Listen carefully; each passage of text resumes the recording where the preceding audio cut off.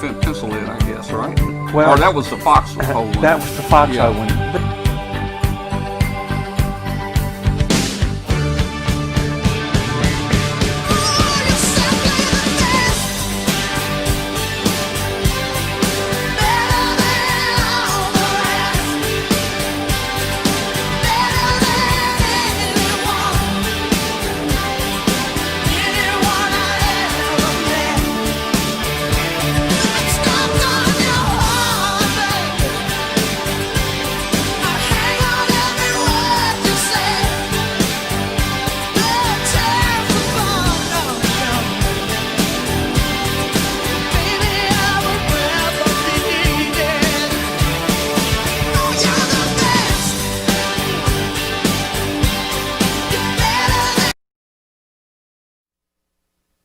All right, guys, we are back. Welcome to Amateur Radio Roundtable. Today is January the 12th, 2021.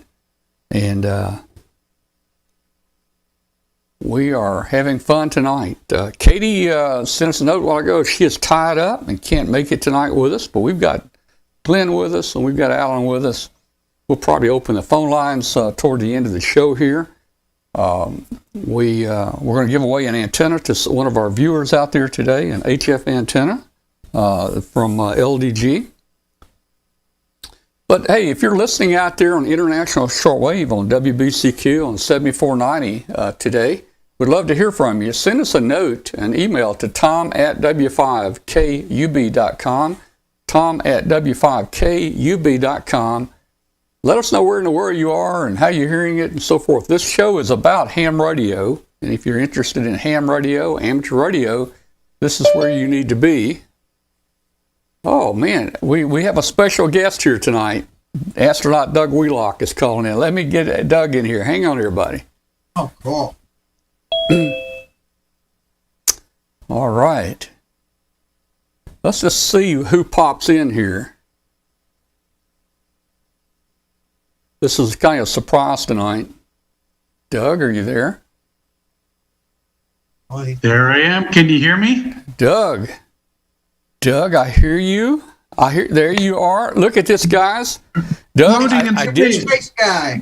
Doug, I did not hear back from you, and I wasn't sure you were going to be here tonight.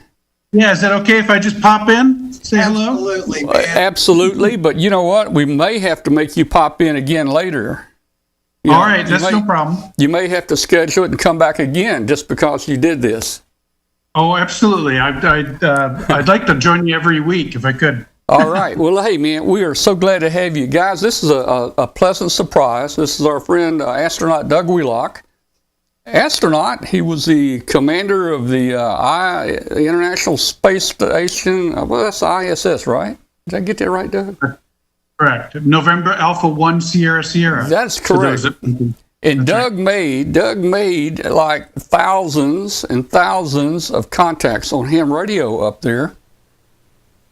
And I talked to him, the way I met Doug, I talked to him 29 times 1 month. I talked to him 3 times driving home in my truck. Do you believe that? 3 times to the space station from the mobile.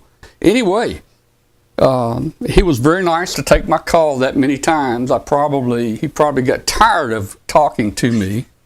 Not at all. But I knew Doug was coming down within a week or so, and I said, Doug, can I send you some famous Memphis barbecue? And you said, yes, sir. And I sent it to you, man.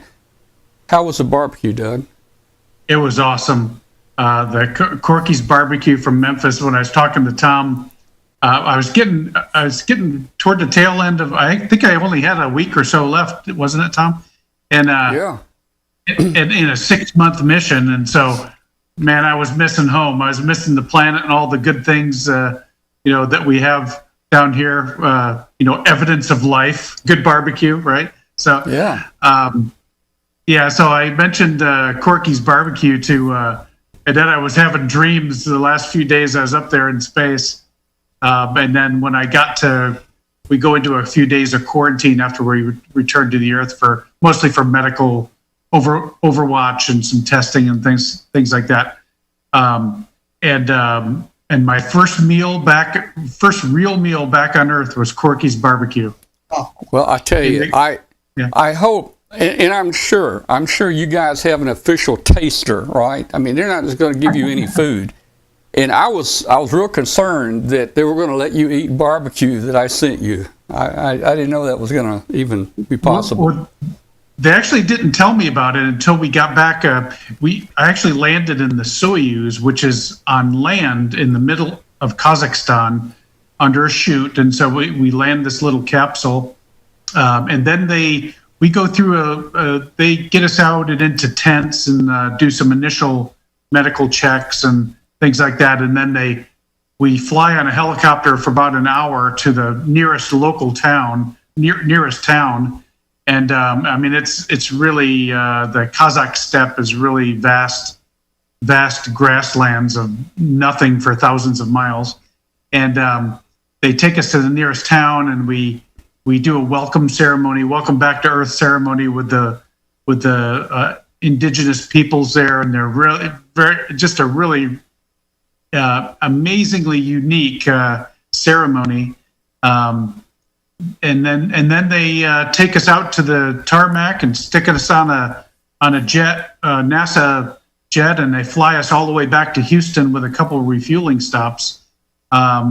And we land in Houston about 24 hours after we land, and so we had kind of snacky things on the plane, and we stopped in Prestwick, Scotland for our first refueling stop, and then on to Goose Bay, Gander, Newfoundland, and then into Houston. And as soon as I got into quarantine facility, they said, "Yeah, we've got some food ready for you guys." And Colonel Wheelock, you've got some barbecue here from Memphis, flown in from Memphis, and so we all sort of laughed about it, and I shared it with my crewmate Shannon Walker as well, and so we enjoyed that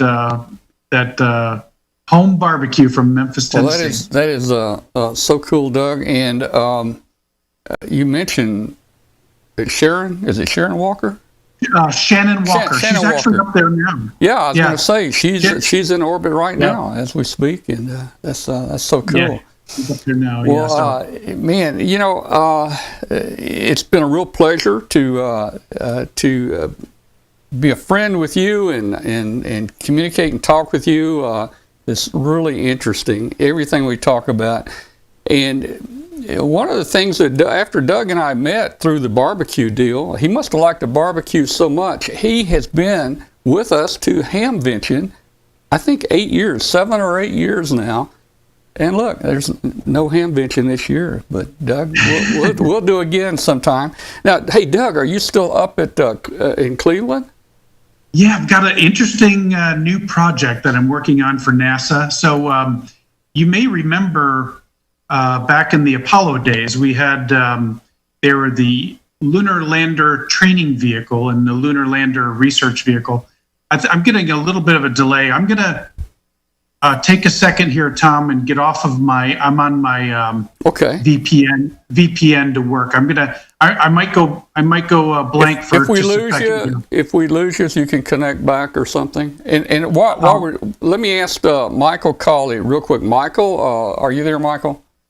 I'm here. Michael, do you have enough time? Can you kind of wait a little bit, and you can go after Doug tonight? Okay. Yeah, that's fine. And you may have to stay up late.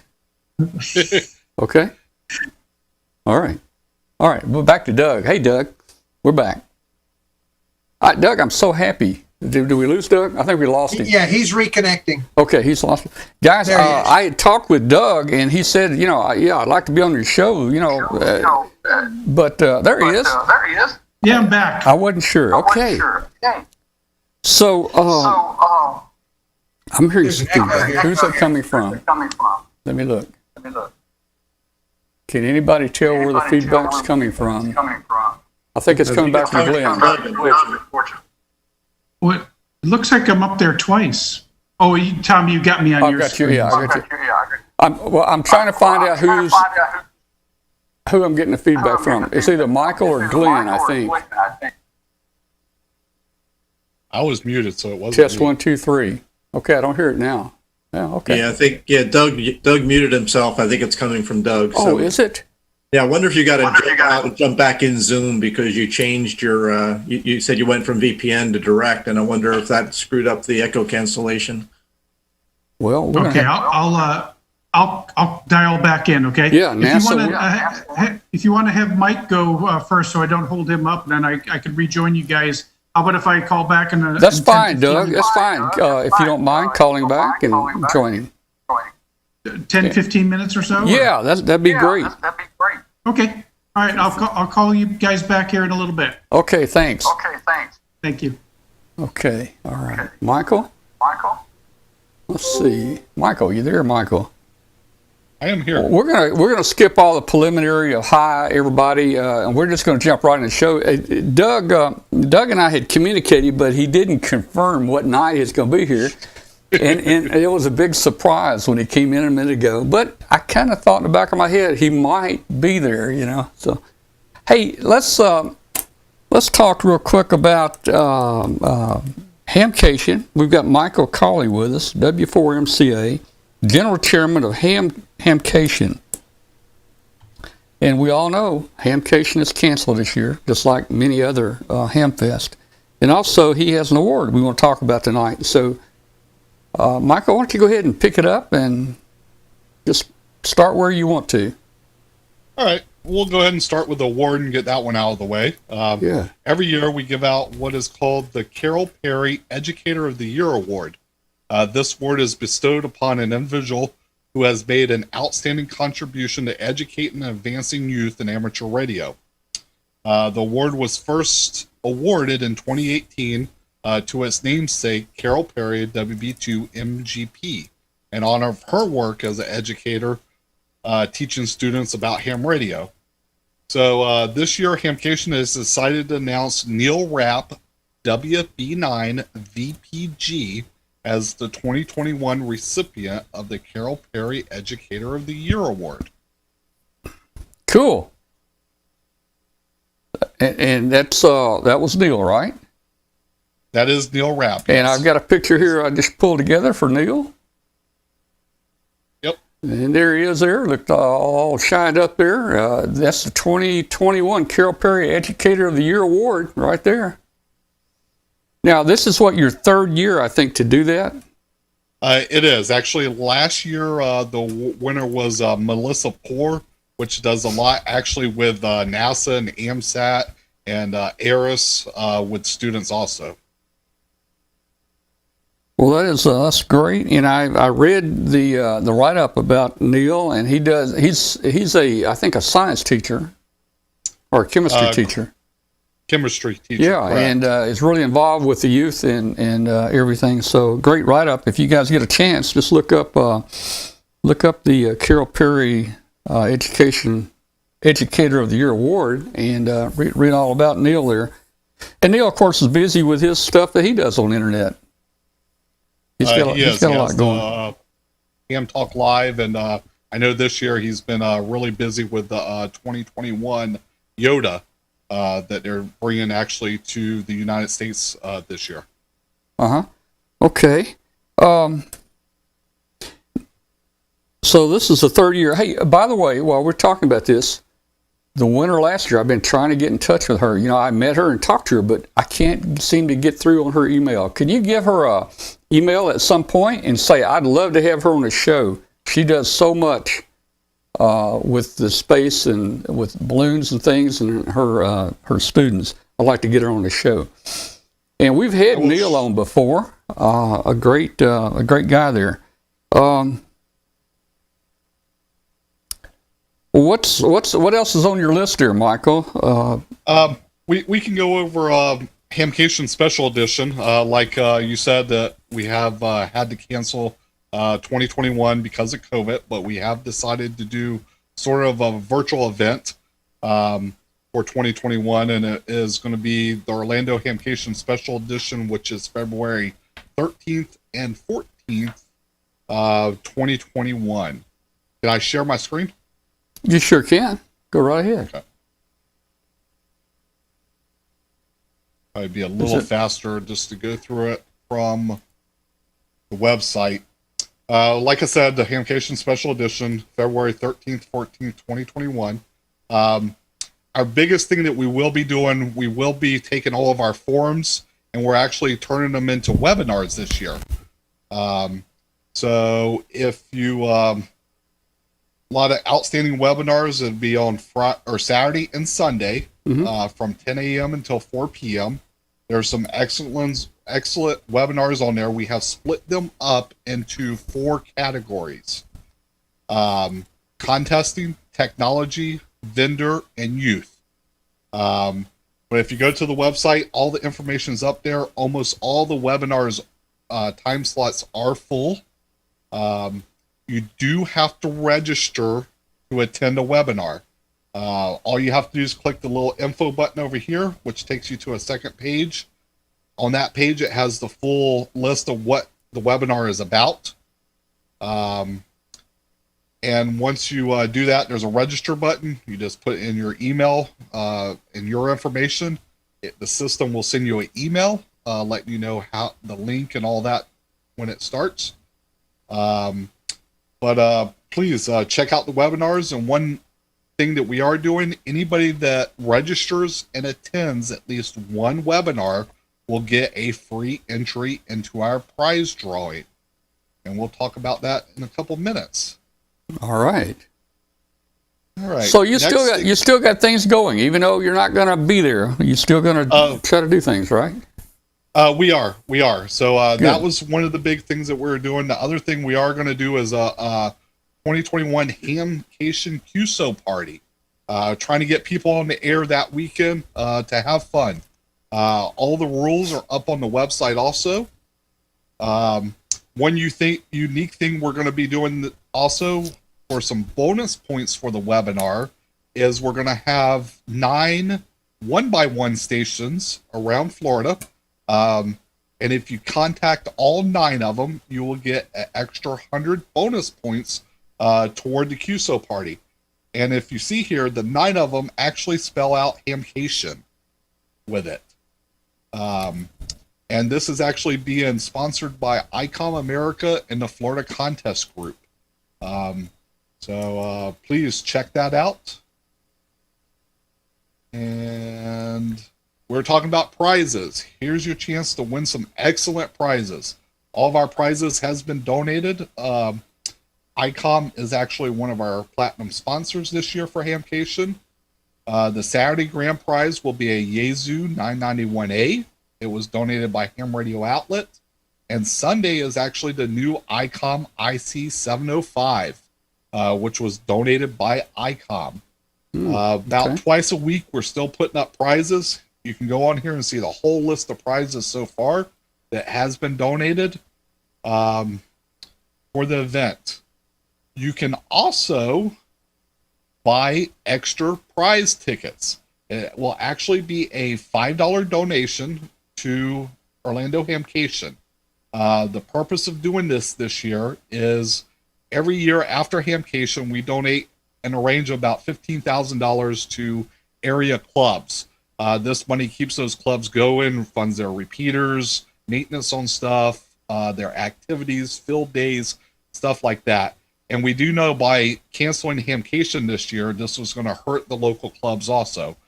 So all the money from the extra ticket donations will be going to the clubs, is the purpose of this.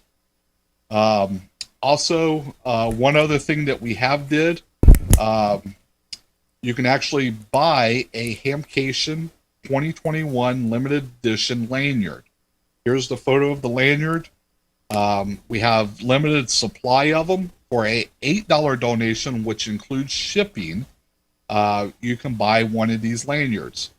Same thing, all the proceeds from this actually goes back to being able to donate to the local clubs also, for that part of it. And one thing, this is more for local folks. Here locally, really nobody is doing amateur radio exams, so we decided to actually do amateur radio exams in person at the fairgrounds on February 14th, Sunday, from 10 a.m. until 4 p.m. So if anybody locally within driving distance or in the state of Florida that needs to take an exam, please, if you go to our website, you can register for the exam. The exam is free of charge, and this could be one of your last chances to be able to get the free of charge exam before the FCC implements the $35 charge. So if you're looking to upgrade or get a new license, we are doing testing. We will be doing it in the North Hall where the prize barrel is usually set up. We can hold about 32 people testing, and they will actually be able to be separated a little over 8 foot apart per table. So nobody will be close to each other. There'll be social distancing. We'll be following all the CDC guidelines of sanitizing in between. So please, if you're looking to do a test, please come out and check it out. And the last thing I have is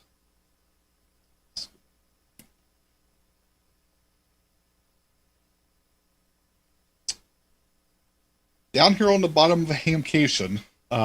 You can actually subscribe to our newsletter. We don't send many of them out, but all the press releases and stuff like that about Hamcation goes out. So if you enter your email address here and subscribe, we do send out information. So to keep up to date on what's going on with Hamcation, this is a good way to do it. So please subscribe to it. And I believe, Tom, that is all I have. Well, Michael, it looks like you guys are still going to be able to do a lot, even though you're not going to have the live event here. And we're going to really miss coming down here. We've really enjoyed being down here and being a part of it. But there'll be maybe next year. Next year, hopefully it'll be We're better. already planning for next year. I can let you know a little bit about what's going on. 2022 will actually be our 75th anniversary, since it actually didn't happen this year. And it will be the ARRL National Convention, which didn't happen this year. So they've agreed to move it over to 2022. So that's going to be that will be a big shindig down here. I mean, there's a lot of big things going on. It will be, and I know ARL is going to bring some different type of training tracks. And one thing that was let out of the bag a little early by Tim Duffley on his little show that he does is they are bringing Contest University to Orlando Hamcation in 2022. Well, all right. Well, that's great. We appreciate you coming in tonight and being on the show. Feel free to stick around with us. No telling where this show's going to go tonight. We've already been surprised in the first minute, so stick around and be a part of it if you want to, Michael. All right, sounds good. All right, man. Again, we appreciate it, man, and I hope to see you. And maybe the next year with all those big things happening, it'll also be the year that COVID was, demolished, or whatever the word is, Yeah, that's what we're hoping to. Yeah, yeah. All right. Well, thanks so much, man. All right. Let's do this real quick. While we're waiting, Doug should connect back up here in just a second. We'll be back in just a minute, guys. Just stand by. We'll be back. Ham for the holidays. ICOM's new ID52A and the IC705 give hours of fun and enjoyment working your favorite bands this holiday season. ICOM's newest handheld amateur radio is the ID52A. Larger radio, larger color display, and a louder audio. This VHF-UHF digital receiver is much more than a replacement for the ID51A. It's also a new way of communicating.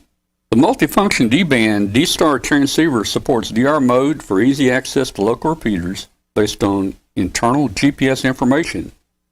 The ID52A also has Bluetooth for audio and data control. And for the first time in the amateur radio industry, you can now send photos from a connected Android device. Other features include wideband receiver with guaranteed range of 144 to 148 and 440 to 450 megahertz, integrated GPS including grid square location, a micro USB for data transfer, programming, and charge, and it's IPX7 waterproof. The ID52A is a perfect companion to the IC705. Both use compatible batteries and headsets. And you can also use the same Android app for D-Star operation. The IC705 is a perfect sidekick for hams that like to enjoy both the indoors and outdoors. It's the perfect QRP companion and covers HF 6 meters, 2 meters, and 70 centimeters. This compact rig weighs in at about just 2 pounds. It has a 4.3-inch touch screen with live band scope and waterfall, and you get 5 watts with the BP272, and you get 10 watts with the 13.8 volt DC. It has a micro USB connector, Bluetooth, and WLAN, integrated GPS with antenna and GPS logger, and it comes with a speaker microphone standard. The perfect accessory for the IC705 is the optional LC192 backpack. It has a special compartment for all of your accessories. Visit www.icomamerica.com/amateur for more information on ICOM radios.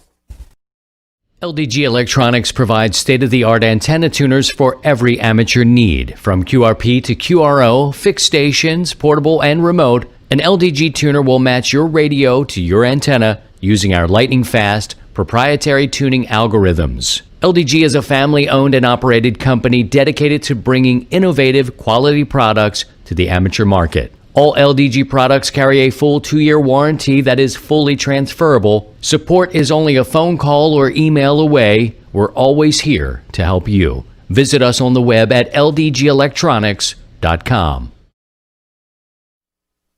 Okay, we're back. We're still waiting on Astronaut Doug Wheelock to connect with us.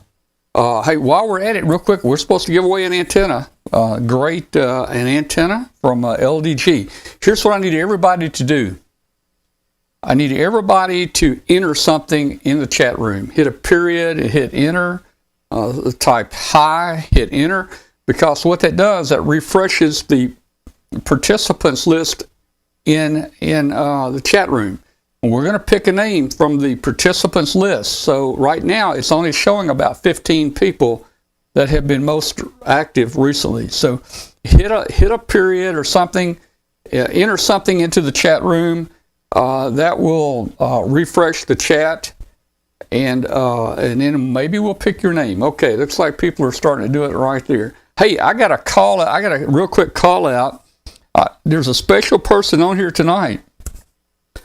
Larry, N4USB. He checked in the net tonight, and he found out about us tonight through the net. And Larry is sitting in his easy chair right now down in North Carolina. He's got his laptop, and he's got his dog, Dolly, with him. So Dolly and Larry, hello, down in North Carolina. The city, I think it says Bun Level, Bunnlevel. I don't know that, but he's in North Carolina. Hello, Larry. Hello, Dolly. Glad you joined the show. Now, we're going to be giving away a prize real quick here. So it looks like we're getting quite a few people that have refreshed and in here. Okay. Hey, Mark Pupo, he's in there. Yep. Radio Man. Yep. Everybody. We got okay. Perth, Western Australia. Good. Okay. Well, all right. Let's see how our participant list is looking. We still got people that are coming into the thing here. 1, 2. We got quite a few people in there right now. Quite a few. Okay, we're almost ready. Hambot is almost ready to pick a name here. Man, we still got names popping up like crazy on here, man. Oh yeah, man, that is flying by. Yeah, we're gonna let this thing slow down. Everybody, get your name in the chat room because we're gonna pick a name from the chat room. Tonight we're gonna give away an end-fed long wire antenna by LDJ. Let's see, I've got a picture here. This is a $130 value. This is a kit. This is a in-fed long wire kit. It's worth $130. You get all the parts that you need to build this in-fed antenna. It includes the wire, 50 foot of number 20 drop ground. It says 25 foot of coax, the center insulators, the end insulators, and your ballons and chokes. So all that's going to be provided to you. And that is where we still got people hitting enter there. So let's give it just another second. We will get Hambot here. Hambot's going to give away a prize in just a minute. Now, Hambot is semi-retired, so our procedure to give out prizes is a little bit different. But Hambot, are you here? Let's see if Hambot's here.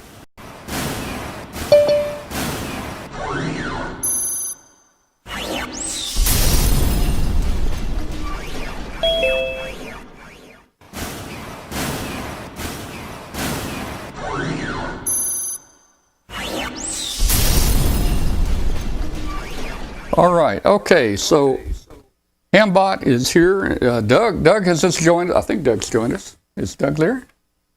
I think he is. Yeah. Can you guys hear me? There he is. There he is. Okay, Doug. We're giving away an antenna. We're giving away a prize for somebody. We'll be through with that in about maybe less than a minute. So Hambot is going to give out a prize now. So okay, we're going to start. We're going to have Hambot pick somebody. Doug, you guys probably have one of these on the space station. That's pretty slick. I like that. Yeah. All right. So let's see what's going on here. Does Hambot have a name yet? Hambot is. I got so many things going on. Has Hambot issued a name on the chat room? Did Hambot put a name out? Oh, he's about to. Okay. All right, here we go. Just pull my name and be done with it. Well, we'll try Glenn, but... As if I need another antenna in there. Right. You got too many antennas. I can't believe we got this many people hitting enter. It's still hitting enter. Hambot's still kind of waiting here. I'm not seeing the chat scroll, so hang on. You don't see the chat? It's... Okay, all right. Hambot has put a name out there. The name is Carolina Dipper 98. Carolina Dipper 98, are you here? We're going to give you about a minute, and if you don't claim it, Carolina, there, Carolina Dipper 98 says hey. So Carolina just won. Okay, you won a antenna from LDG thanks to Dwayne Kincaid, and this is a cool antenna. You can see it there at bottom right there. This is a $130 in-fed long wire antenna kit. So congratulations to Carolina. Carolina, please send me an email with your information, who you are. I don't know who Carolina is on here. So send me an email. You can send it to tom@w5kub.com, or on our website you can go to contact us, but shoot us an email so we can get that prize to you. All right, cool. Thank you, Hambot. Doug, welcome back, Doug. Thank you, guys. Sorry. I hope Mike was able to get his talk in. Can you guys hear me okay? We did. It worked out just about perfect there. So. Again, Doug, we're so pleased to have you join us tonight, and I know you're a busy guy, but you think you can make it every couple months or so? Just pop in and say hi. Absolutely. I'd love to. Would love to. So if you're listening out there on the radio right now on WBCQ, we're talking with Astronaut Doug Wheelock. He was the commander of Expedition 25. Is that right, Doug? That's correct. Mm-hmm. And you had several other missions up there. I don't remember all of them, but you've been up a number of times. How many times have you been up in orbit? Well, I had one short duration flight. It was a 15-day flight on the Space Shuttle Discovery. Was my first mission. Got a chance to do 3 spacewalks on that mission. And then I went up on a long duration flight on a Soyuz, up and back on a Russian Soyuz, and I was on the space station for about 6 months as the commander of the space station, and got a chance to do 3 actually emergency unplanned spacewalks on that mission, which was hopefully it would be a chapter in my book one day. It was a really amazing thrill ride, to be honest with you. And so those 2 missions, a short duration mission and a long duration mission, and now I'm training our younger group of astronauts to go back to the moon. So we're very excited about that. So Doug, one of your missions one of your spacewalks or whatever you did, I know you had to work on the solar panels, I think, out there. Now let me show you something. I've also been working on solar panels. Look at this. Now this is for our next balloon flight. I was going to talk a little about that later tonight, but what you worked on was much bigger than this. There's a lot of solar cells, a lot of power, a lot of current up there. So you, being an astronaut, you got to be a little bit of everything, right? An electrician, a plumber, everything. And you don't mess with electricity unless you know what you're doing. I'm not a real sharp master electrician for sure, but it's a funny story on that, because I for the longest time, my daughter's ceiling fan in her bedroom had gone bad, and so I bought a new fan. I was in my training, and the fan sat in the corner of her room in a box for a couple of months, actually. And I remember coming home one day from getting ready for my mission as the commander on the station, and I just passed my master's certification as a master of the electrical power system and distribution system on the space station, and it was fairly intricate. It's a fairly intricate system. I remember coming home with my. Excuse me, did they cover ceiling fans? Yeah, well, I came home with my master. I said, check it out, I'm master of the electrical power systems on the International Space Station. And my daughter looked right at me, she goes, can we do that ceiling fan tonight, Dad? So, oh, man. I hate ceiling fans. I hate them. Yeah. They're real. But you know what? Just telling gravity makes the thing all real complicated. So. Yeah, just holding the weight of it up and trying to connect the wires. But seeing this out in space, so it'd be weightless. You ought to be pretty good with that. Yeah, everything's weightless or without noticeable, but everything still has mass, and so you have to be really careful with because F still equals ma in space, even so you have to be really careful moving around outside as well. Well, hey, tell us about the solar panels. How much power is there? How many amps you can get out of those things, or watts? Yeah, I was kind of surprised when we the electrical grid is a 160 volts direct current DC power, and those big arrays. The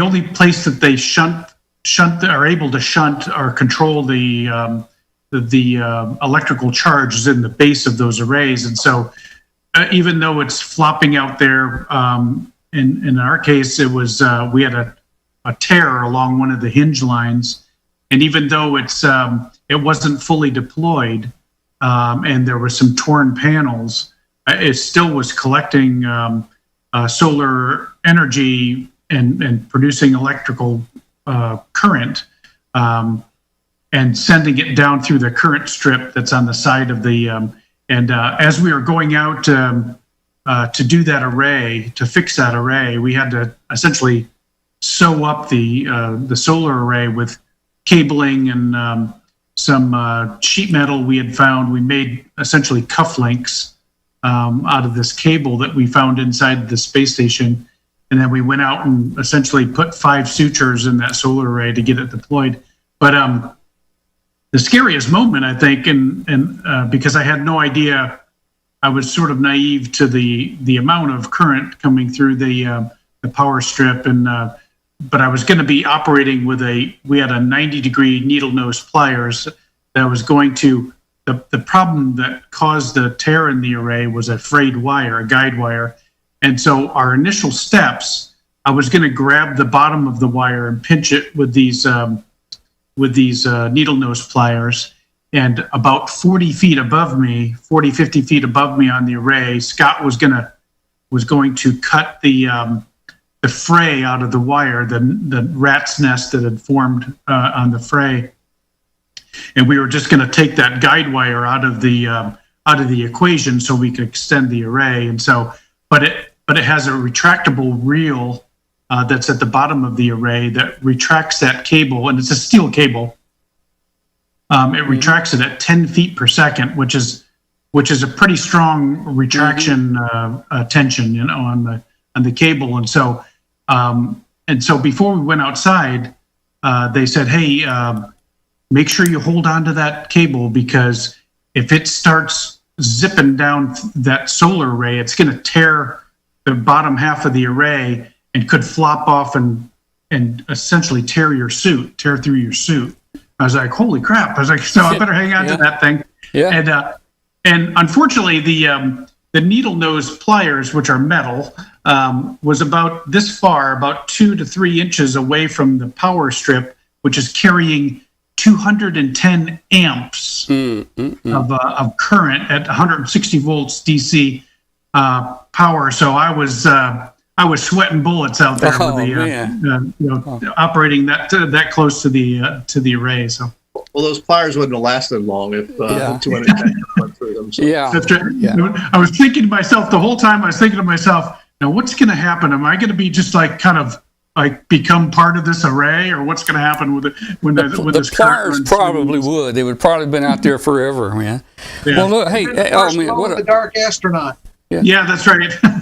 What a I probably would have lit up like a Christmas tree there, Glenn. That's a neat story. Now, Doug, over the years we've talked about a lot of these things, but we've got a lot of new viewers here that haven't heard these stories. But you're as I mentioned, you had to be a jack of all trades there and a master of all of them, actually. So, electrician, a plumber, doctor. I mean, weren't you the medical guy? I mean, tell us about how do you get trained to be a medical guy?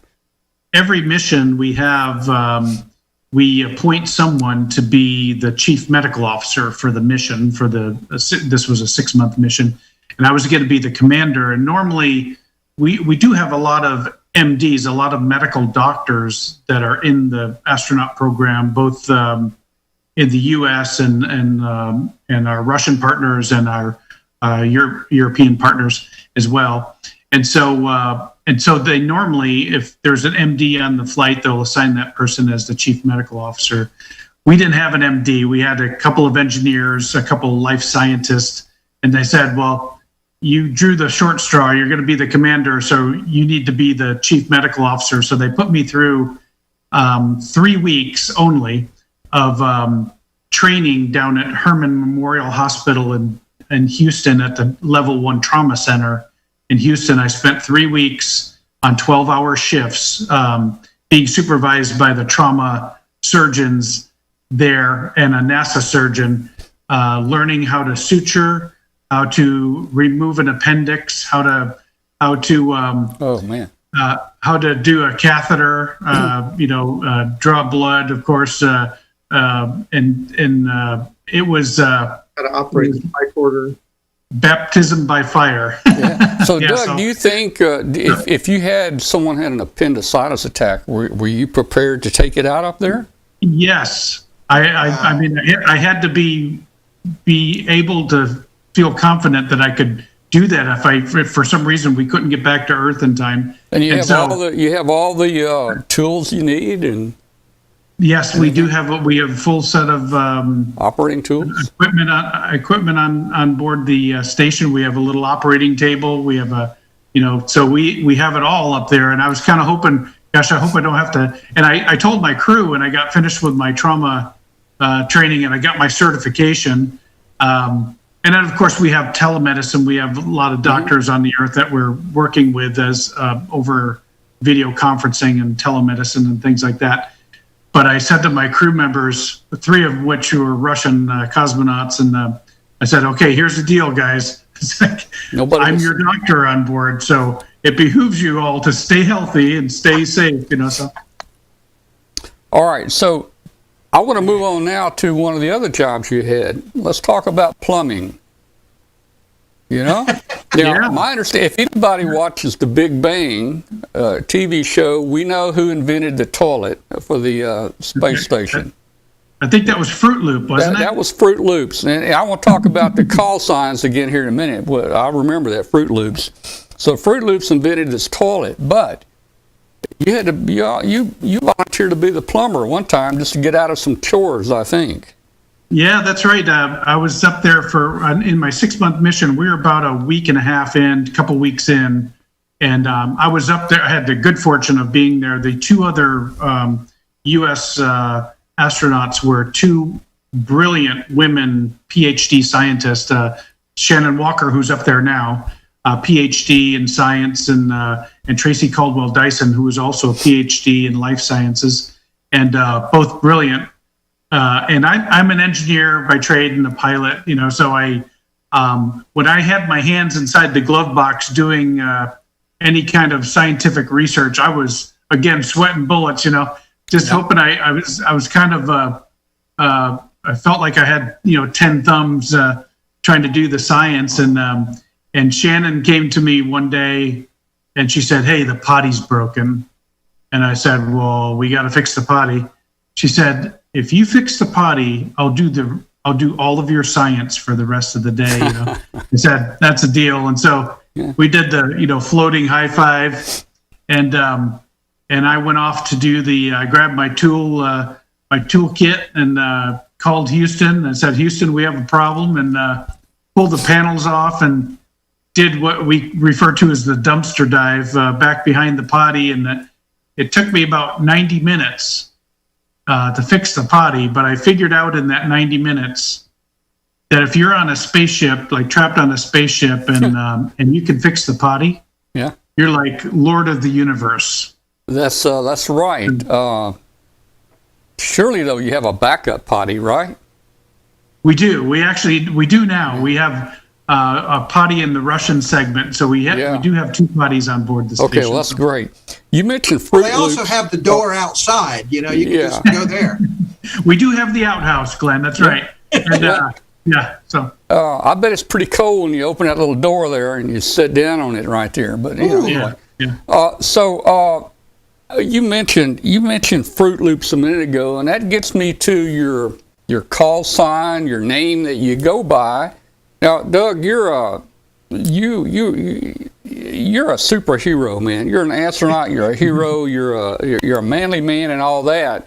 But I understand you almost got a bad call sign in the beginning. You want to tell us what it was? Yeah, I've got a couple of them that I didn't really like, and one of them that I got was Flambeau, and that's a long story I'll tell on another call. But, but I got a chance to do that solar array repair spacewalk with Scott Parazynski. And Scott, he's kind of legendary at NASA. He flew 5 space missions. He has summited Everest. He's a medical doctor, and he is just he was a Olympic luge athlete as well. At the Calgary Olympics, he was on the U.S. luge team, and so the guy is like superhuman, right? And so it was my first space flight when we were training, and everybody was getting these cool call signs except for me. It was usually something a little bit derogatory, that from a mistake I made or something, and so we were in the water one day practicing. We practiced our spacewalks underwater, and we were practicing. Actually, we thought we might have some issues with this solar array because I had seen that fray in that guide wire back a few months earlier when they retracted the array. And so we were in the water, and our EVA team, our EVA lead, Dina Cantella, who is now a flight director at NASA, which is really pretty cool. But she was our lead sort of our choreographer for our spacewalk. And so we're underwater and she's up in the control room, and it's like Scott could do no wrong. And so they'd say like, Wheels, just watch Scott do it. And I would ask too many questions, and they said, just move out of the way and let Scott do it. Watch him and then do it exactly like him, So, and I could hear them laughing in the control room and everything. And you could see the safety divers laughing and everything. And so this one we were going to do, Scott's a little bit taller than I am. And so Dina came over the PA system in the water, and she said, okay, she said, Wheels, move out of the way and let Scott do this first. And you just watch him and do it exactly like him. I said, okay. And she said, we're going to put Scott in that foot restraint, and we'll have him use his long beefcake arms and to reach out and grab that guide wire, And you could hear everybody laughing, including Scott. And Dina said, okay, new call sign for Scott. We're going to call him Beefcake, And you could see the divers laughing. And I was like, why does he always get the cool call signs, And I said, hey, how come Scott always gets the cool call signs? And without skipping a beat, Dina said, okay, we'll call you Cupcake. So we had Beefcake and Cupcake. Oh man! For our spacewalk up in space. So I could never shake the Cupcake, and to this day, some of the folks at NASA call me Commander Cupcake. So is that right? I didn't know they were calling you that. But yeah, that's a funny story there, Cupcake. Oh man, It's almost as bad as Fruit Loops, I guess. Yeah, bad as Fruit Loops there, And he wanted to be Rocket Man, but he was Fruit Loops. Yeah, yeah. Hey, I noticed someone mentioned coffee in the chat room earlier. You guys got a saying up there about coffee, I think.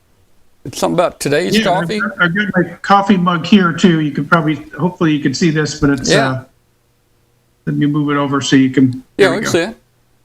0G and I feel fine from John Glenn, so. Okay. So on the, I love coffee. I don't know if you guys love coffee, but I'm kind of I probably have a coffee problem. I drink so much coffee, but on the station we have a saying that yesterday's coffee is tomorrow's coffee. So we recycle everything on board the space station, including our water. We recapture sweat. We recapture our urine and it's put through a water purifier, and we end up consuming that water as well. Well, that is that's very interesting. Doug, I knew Owen Garriott, and I was talking to him one time about that. I said, Owen, how do you know that the machine you've got that filters that water where you're drinking it, how do you know it's working?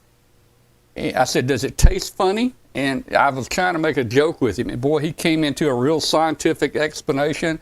And he told me 10 different engineering ways that water is safe and it's purified. Yeah. Oh, yeah.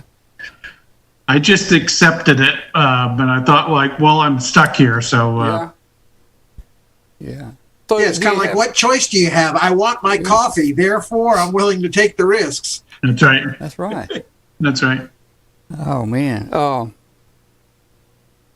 So ham radio seems getting more active up there the past few months. There's been a lot more of activity with a lot of the astronauts now, and also they're putting the radio in a slow scan TV mode or a packet mode where people can actually receive pictures from up there. So that's real good. But I don't know of anybody that operated ham radio more than you. Maybe Richard Garriott did. Maybe he made like 1 million contacts, but he wasn't up there very long. But I think he was just up there to make ham calls, to tell you the truth. I don't know. I think so, yeah. Yeah. So you've flown up on both. Let's say you've flown on the Shuttle and you've come back on the Soyuz, right? Soyuz, that's correct. You've got experience on both of those. Which one? And I know the Shuttle now has been retired. But which one did you like the best? The shuttle, of course, but it actually had there were some interesting surprises in both vehicles.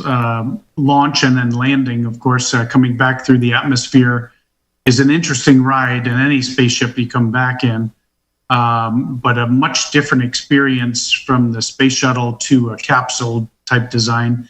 And so, and the beauty of the space shuttle, which is pretty much, it was a winged spaceship, and it was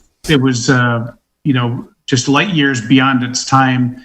And then, after we flew so many missions in it, and then we retired it, of course. And so there are 3 shuttles that flew in space that are retired at different museums. So one at the LA Science Center, that's Endeavour is out there. Discovery is at the Smithsonian, out at the Air and Space Museum at Dulles Field, and in DC, outside of DC. And then Atlantis is down at the Kennedy Space Center Visitor Center complex in Florida. And so if you get a chance to be in any one of those areas and get a chance to look at those shuttles, I suggest that I would encourage you to do that. It's quite an amazing machine. But the launch on the space shuttle was actually way more violent than I ever anticipated, but it all kind of makes sense to me now when I look at I was a test pilot by trade, and so I was kind of ready for anything, and when you do any kind of flying, especially test flying, a lot of your sensory reaction and human in the loop reaction, the way you interface with the vehicle, a lot of that comes from seat of the pants type, the feel, you hear that, listen for the sounds, you look for lights and cautions, and you listen to vibrations and feel how the vehicle's moving. And what I didn't really consider, but now when I think about it, it's so very simple with physics, but you remember the space shuttle had that external tank, and then the 2 solid rocket boosters on the side of the tank, and then turning it sideways, we just kind of put the shuttle on the side of the tank, and so it was, and the roll axis is about this tank, and so your body is sitting about 20-25 feet from the center of the roll axis, and so when that vehicle would roll, you feel like you're on the end of a merry-go-round being spun around, and then the vibration is quite dramatic. Coming back home in the shuttle was very smooth, and as we burn through the atmosphere, we do a lot of braking turns, a lot of heat. You can see the orange glow outside the windows, a little bit of a buffet, but it was mostly kind of a lateral buffet where everything was just kind of shaking in a vibrational mode. And then we come through the atmosphere and land like a glider. And so it was pretty smooth coming back through. Soyuz exactly the opposite. The sitting on top of a Soyuz rocket and then launching, the thrust vector is right up through the seat of the pants. And so you feel a good kick as you come off the pad and pretty good acceleration on that rocket, but it's all kind of down through your chest, so there's not a lot of lateral, there's a little bit of wag, like a tail wag. You can feel the rocket wagging a little bit. But other than that, it's pretty smooth. You may have watched a Soyuz launch on NASA TV, and they're all waving at the camera and things like that. It's very smooth inside. Coming back home, exactly the opposite. And so I like to kid that coming back home in a Soyuz capsule and burning back through the atmosphere, it's kind of like going over Niagara Falls in a barrel, only the barrel's on fire. So it's quite a ride. So yeah. Well, I've looked at a lot of the pictures. I was trying to pull one up here, but I can't find it right now. You guys in a Soyuz coming down, you guys are quite packed in here. It looks like you got packing all around you, and you don't move around much, do you? You don't, and you don't have much room at all. And I had a window seat. I was in the right side. Actually, the right and left. There are 3 seats, kind of side by side. The commander of the Soyuz, which is has been always a Russian cosmonaut, sits down sort of in the middle seat. He or she is kind of recessed into that middle seat, and then the two other crew members sit up, sort of like angled up to the side, following the kind of the whole line of the capsule, and then each the left and right seat have a window. So I had a pretty incredible window seat coming back. You know, my eyes were, if someone could look inside that window and see as it was coming back through the atmosphere, they probably would have seen my face looking out the window like this. Oh, yeah. Eyes as big as dinner plates, you know. Wow, man. But man, there are those of us that would give our left arm to be able to do that. I know you would. Oh man, I know you would. It's quite an amazing experience, and now these last few years, I'm training people to go, and I'm kind of getting to the end of my operational. I hope to go again. I don't know if I'll get a chance to, but there's a lot of joy and a lot of reward in training others to get ready for this, you know, and because I can kind of reflect back and see myself and remembering those times when I was just, you know, just nervous and fearful, and it was always good to have a seasoned veteran kind of talk you through what you're going to see and feel and experience. So. Well, you guys have brought on a lot of new astronauts, I guess, since you've been in, right? Since you joined. Yeah, we have. Gosh, it's gone by so fast. It's like, it seems like just yesterday. Of course, I'm sure you guys in your professions feel that way as well. It's like, hey, wait a second, I was just like 18, you know, and so yeah, we have but I started as an astronaut in August of 1998, so I've been an astronaut for 22 years, which is just blows my mind. But yeah, we've got a lot of great new astronauts coming along the way. Just really smart people. When I'm working with a lot of these guys and gals, I think to myself, man, I'm so glad I got in under the wire when I did, because I don't know if I could compete with these guys, you know. So, but it's been really fun, and I'm working on a cool new project now.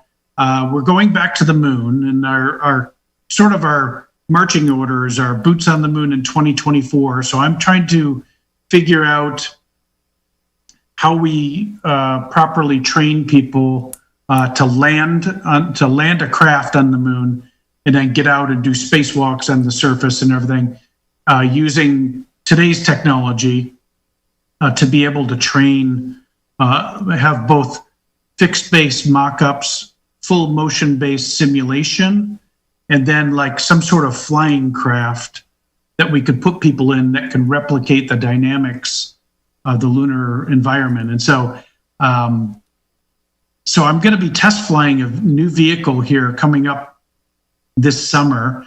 And I'm currently sitting in Ohio at our home here in Ohio. As I've been on a detail with at the NASA Glenn Research Center near Cleveland. It actually shares the airport with the Cleveland Airport, and west of there is the Plumbrook Station facility, which is now actually just been renamed, I think about a week ago, to the Neil Armstrong Test Facility. And so we are looking at, and NASA Glenn is the center of excellence for NASA for electrified aircraft propulsion. And so we are looking at all electric airplanes to be able to have a in-flight trainer, much like the lunar lander training vehicle that we had back in Apollo. And we built 5 of those things, and 3 of them had to be ejected from, and then ended up smoking holes at Ellington Field in Houston. And so the 2 that are left, one is on display in at Johnson Space Center in Houston, and the other one is out at the Air Force Flight Test Museum out at Edwards Air Force Base. But we're looking at it's called eVTOL. It's electric vertical takeoff and landing vehicles, and we're looking at all the different battery technology, and it's essentially a flying car, and And so we're going to be right on the leading edge of that technology.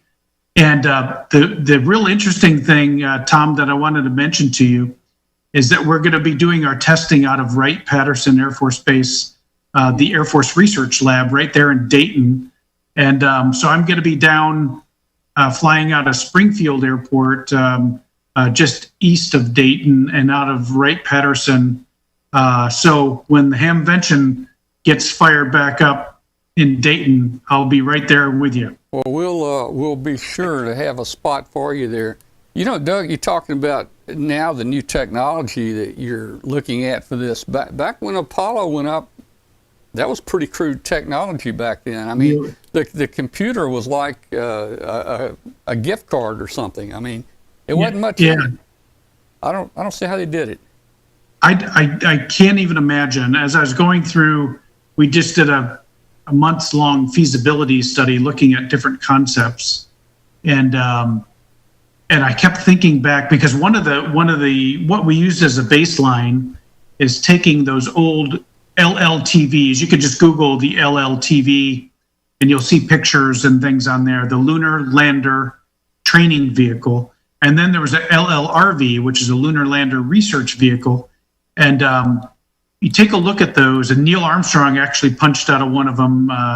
If you got a chance to read Neil's story, his story in the movie was the First Man, and I'm just now reading through the book First Man, and looking at his experiences with the LLTV, because we did get some feedback from Neil on that back about 15 years ago or so, when we talked to all the Apollo astronauts about this. And so one of the things we did, we sent the folks at Langley off to take a look. Take a look at the way the LLTV operated back during Apollo, and tell me what it's going to cost and what the technology risks are to just build it with modern technology. And just looking at that was just amazing to watch our engineers kind of peel through how that thing was designed, and how simple it was, but how like revolutionary it was at the time. It was really the first fly-by-wire vehicle, where you move a control stick that through an electrical impulse, moved fired rocket thrusters and things like that. I just did a quick search. This is probably not even it. This is not what we're talking about, is it? No, that's not what we're talking about. Yeah. But let me see if I can. Well, I'll awesome. Next time I'll give you a talk about our feasibility study. Okay, cool. Yeah. I was a child of that era and saw every launch and every flight, and oh man, I mean, it was wonderful to see all that. Yeah, it was what a time to be alive, huh? I mean, it really was. It's really incredible. I mean, Doug, I know you classified yourself as one of the NASA old-time geezers, but you're still a pretty young guy. You were a young guy when we went to the moon. I think you talked about watching it on TV, I believe. Absolutely, yeah. Let me see if I can. Am I able to share my screen? You sure can. Okay, let me see if I can pull this up, and let's do.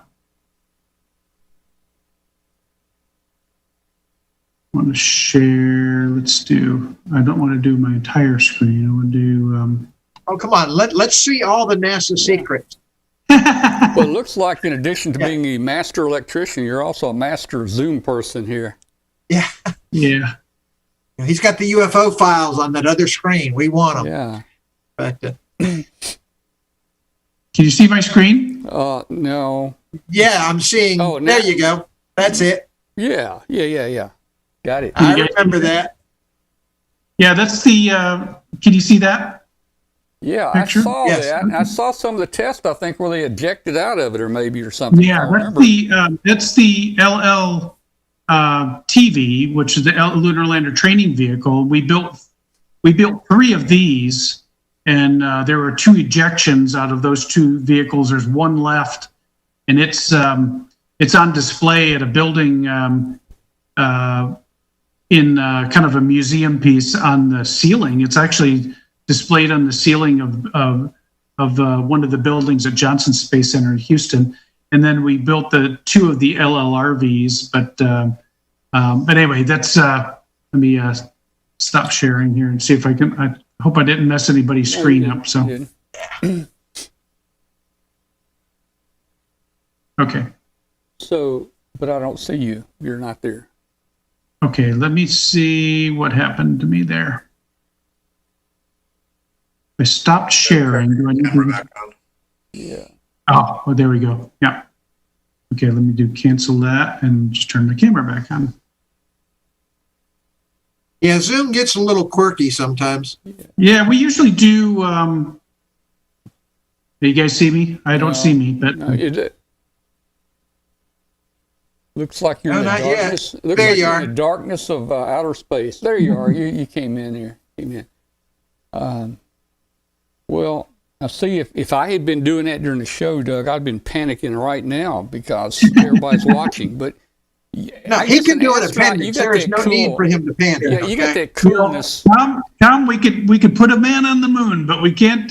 We can't project our screen. And, Well, I was going to say, you got that coolness where nothing seems to bother you, and that kind of reminds me of one of the Apollo missions when they were going to take off from the moon and go back. The switch was broken to blast off. Now, how would you feel, Doug, if you were on the moon and you're ready to come home now and your switch is broken?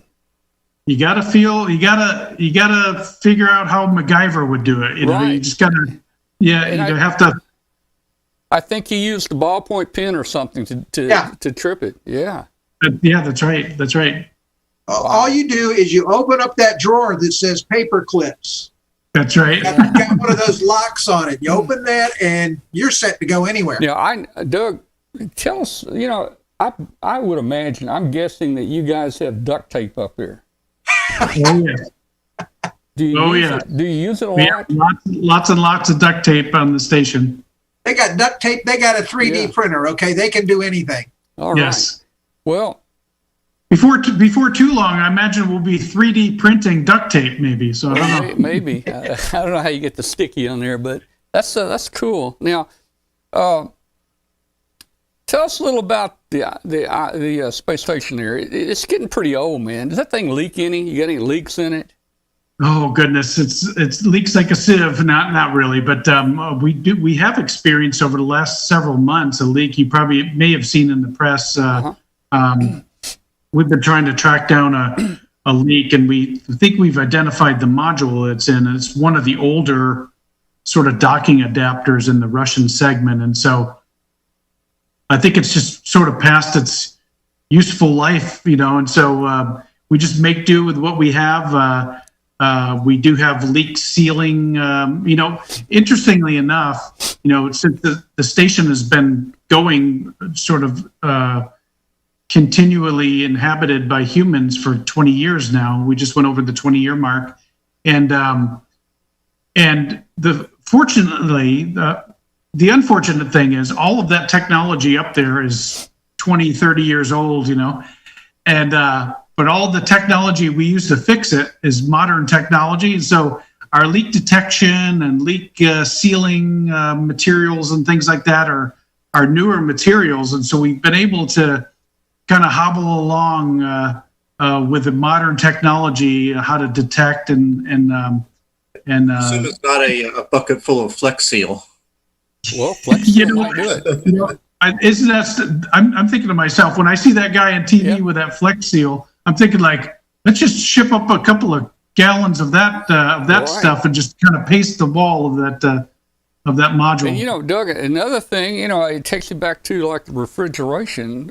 These refrigeration guys, heating and air guys. You could put red dye, all inside, and you can look out the window and see kind of where that red dye is leaking, and that would help you find the leak. You could do that, I suppose. Yeah, I suppose you could do that. I'm not sure, but we do. They actually discovered one of the cracks, and this is very interesting. All the, excuse me, we have an ultrasonic leak detector up there. It's kind of, with the headphones, and you just kind of wave this wand to try to listen for the leak path, And the way they found it is that they could hear it inside of this little adapter. One of the Russians took a tea bag and took some crushed up tea leaves and just kind of floated them in the middle of and they watched which direction they went, and they went right to where that crack was. It took them a little while, but all those tea leaves went to the crack. So that's interesting. So, Doug, is there some way to make oxygen up there, or do you have to carry the oxygen up? I mean, you're talking about it leaking out. So, how you do that? Yeah, we do carry oxygen with us. We have storage tanks of oxygen on the outside of the space station that's plumbed inside. We also have a device up there called the Electron, and we have another one that's called Sabatier that takes water. Sometimes when we have we produce a lot of water on the shuttle. We produced a lot of water out of as a byproduct out of our fuel cells that were on the space shuttle. But on the space station, we have a lot of water that we're recapturing that we put into this Electron, and it cracks it apart, and we have hydrogen gas and oxygen to breathe. We pump the oxygen back in the cabin, and most of the hydrogen we vent overboard, but we also have experiments that use hydrogen as a fuel, and so we or a component of the experiment, so we can also kind of plumb that hydrogen over to one of the experiments as well. So we make good use of every drop of water and every molecule of oxygen as well. Well, that's cool. Hey, there's a question in the chat room there. Yeah. Is there an end of life date for the space station? Great question. I think originally, when we were thinking of launching this, I think the station was going to stay on orbit until 2010. This is back in 1990, and stay in orbit till 2010. And 2010 is when I flew my commandership mission.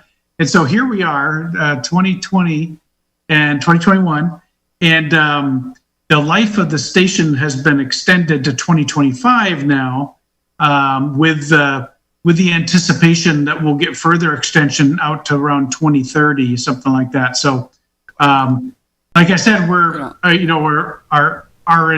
the technology that we have up there is old technology that's very robust, it's very reliable, but it is aging and being weathered by the radiation, of course, outside, and there is corrosion from atomic oxygen that's off-gassing and things, and so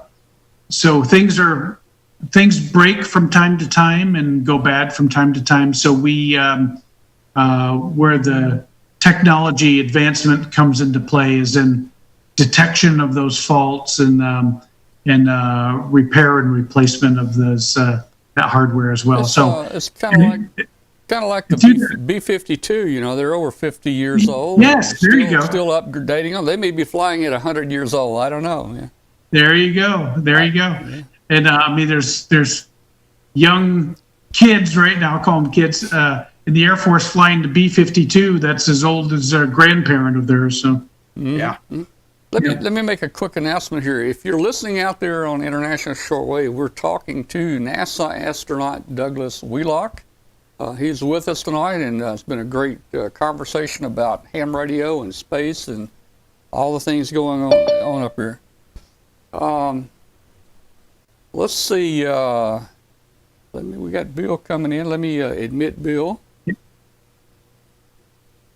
And Tom, I didn't want to. I know I'm horning in on your time, so when you if you need to get back to your agenda items, I certainly can bow out and rejoin at another meeting. I think everybody will agree you are the agenda tonight. You're the person here. We got Bill Brown. They can see us anytime, man. They don't get to see you that much. Where's Bill? Bill, you there? He's working on it. We got Bill Brown, a friend of mine that does our balloons with us, and he works for NASA down in Huntsville. Hey, Bill. Where's Bill? He's still connecting his audio. He's still working. On it. Well, Doug, hey, Hamcation is gone. I still want to get you down to the Huntsville ham Fest with us some year, man. You're going to have to plan for that. And I definitely will do that. Do you think? I have the feeling that May might be out for. Have they already called they've off? already announced it. Hamcation is canceled. Okay. Huntsville is in August. I don't know if they'll make it or not, but we'll see. Okay. And you did a lot of your flying, didn't you, down at Redstone Arsenal down there? I did. I flew in the Army for a number of years. I did a lot of flying out of Redstone and down at Fort Rucker, Alabama, down in L.A., Lower Alabama, we used to call it LA. And so spent a lot of time down there in Huntsville. So area, Redstone Arsenal, and hey, you got NASA there and Huntsville, Marshall the Space Flight Center's there. Yeah. You ought to be able to figure out a way to get a business trip down there in August. You know. Absolutely. Well, I'm working on this the Lunar Lander, and so it's the new program is the HLS program. It's the Human Lander System program, and it's actually it's out of Marshall Space Flight Center in Huntsville. So our program office that I'm working for is out of Marshall. So I definitely will be down there when we get back to traveling in a normal fashion. I'm sure I'll be spending a lot of time down in Huntsville. And Doug, I work at Marshall, and we look forward to having you there. I work on the SLS avionics. So, perfect. And we'll have to have you do a reprise of your balloon launch when you do come back to Huntsville. I would love to do that. You probably remember my first one, Bill. It was a little scary when we trying to get that thing off the ground. But hey guys, look, let me tell you something. That was fun. Doug, I thought, what's the best way to get a balloon up in this contest? Is to have an astronaut launch it, you know? So yeah, no pressure, right? I'm not going to talk bad about you, Doug, but everybody else's balloon went up and you launched. In the first launch, it wrapped around an RV mirror. It did. And in the second launch, I've got the video. It's so funny. The second launch we're watching it, and it wraps around a power line. But and I see you put your hands on your head like, oh no. And then I see you going like this. I'm going, what's going on? What's going on? And it freed itself, man. It freed itself and it went up. And I think did we get out over? It went out over the Atlantic. Out over the Atlantic, and I think our fate was similar to the Titanic, I believe. Yeah. In a similar area as the Titanic, we went down. This was all your fault. Well, this man can remove an appendix. He can fix, I know. Plumbing on the space station. Right. You didn't give him a training class on how to launch a balloon. That's right. All right. Well, Doug, this one right here went around the world 3.5 times. That's awesome. And we're going to try to launch another one probably in the next week to 10 days, and we hope to stay up a long time. That was up 72 days, by the way. I have a question, Doug. I do a lot of videos, Zoom sessions with student groups, and I give a slideshow about the SLS rocket and the Artemis lunar missions. I wondered, have you been involved in training the new group of lunar astronauts for the Artemis program? And how would we contact you? Are you available to talk to any student groups when I give a talk about the SLS rocket? Absolutely, yes to all of those. And Bill, and I'm actually running the for the HLS program, which is there at Huntsville, headquartered there at Huntsville.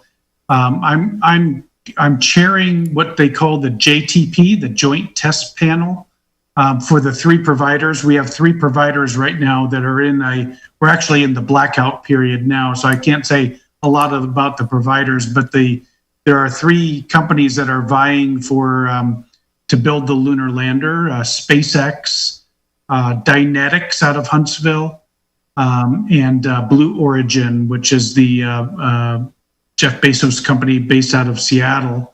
And those 3 companies now are in a horse race to get this contract. It'll be it'll be announced probably sometime early March.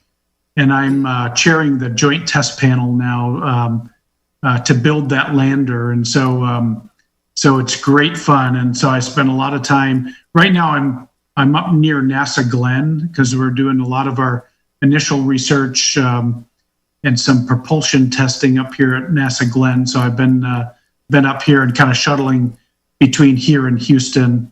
And then once we get past this COVID thing, I'll be joining you down there in Huntsville, Bill. So yes, I do connections with students of all ages and kids of all ages, and anytime. And I think I can put in the chat. Or Tom, could you pass my email address I will do that. I'll send it. Yeah. Phone number to Bill for me. Yeah, I'll do it. And you're Bill, you're on the NASA mailing list, right? I'm on NASA Global as well. Yeah. So just so I'll just email you from my NASA email. Okay. I think I'm the only Wheelock in there. What's that? Go ahead. I think I'm the only Wheelock in there, but if not, it's Doug Wheelock. So. Well, there are a lot of Bill Browns. So. Yeah. I noticed that Plumbrook, I'm sure you've been to that facility in Ohio. They have like the world's largest vacuum chamber. It's unbelievable. They just changed their name, and you might mention the name change for Plumbrook. Absolutely. Thank you, Bill, for that. The Plumbrook Station facility is an amazing part of the NASA Glenn Research Center. And like Bill had mentioned, there's world-class, one-of-a-kind test chambers out at Plumbrook Station, and one of which is the only real hypersonic wind tunnel on the planet. And then we've got an in-space propulsion facility where we can actually put a spaceship in a vacuum chamber and light the engines. If you can imagine the technology and engineering that goes behind a test cell that's pulled to vacuum and still be able to fire propulsive engines. Like Bill was mentioning, just within the last week or so, the Plumbrook Station facility out near Sandusky, Ohio, about 50 miles west of Cleveland, has been renamed to the Neil A. Armstrong Test Facility. So it's very, very exciting time for Glenn Research Center. And of course, both John Glenn and Neil Armstrong are native sons of the state of Ohio. And of course, Ohio is the birthplace of aviation. So we're very proud of that facility and the renaming of that facility as well. So. And I'm from Ohio. I grew up in Findlay, Ohio, not far from Wapakoneta, which is the hometown of Neil Armstrong. Hometown of Neil Armstrong. That's right. So, it'd be fun to one of these days during a Hamvention to get a bunch of us, Tom, and take a drive up the road to Wapakoneta. We can do that. That'd be fun. We can do that. Now, you went up to the NASA Glenn probably a couple years ago, and I thought you were only going to be up there 6 months. You must have liked it so much. Well, I really liked it. Well, Kelly's from here. My wife is from Ohio, and her mom and dad live about 35 minutes from us, and so it's very nice. And actually, I'm originally from the Northeast, and so I had spent a little over 20 years in Houston, and I like Houston. It's a great place to live. It's a wonderful place to work. It never really felt like home to me, I think, because of the sort of the seasonal changes and things that I missed about being home. And I'm originally from upstate New York, and so to be closer to my mom and closer to Kelly's parents, I decided to take a rotational detail up here at NASA Glenn, and for 6 months I was the director of aeronautics for strategy. So I was working a lot of aeronautics research and innovation in aeronautics and sort of I was working revolutionary vertical lift technology. So we were looking at all different kinds of really cool flying machines.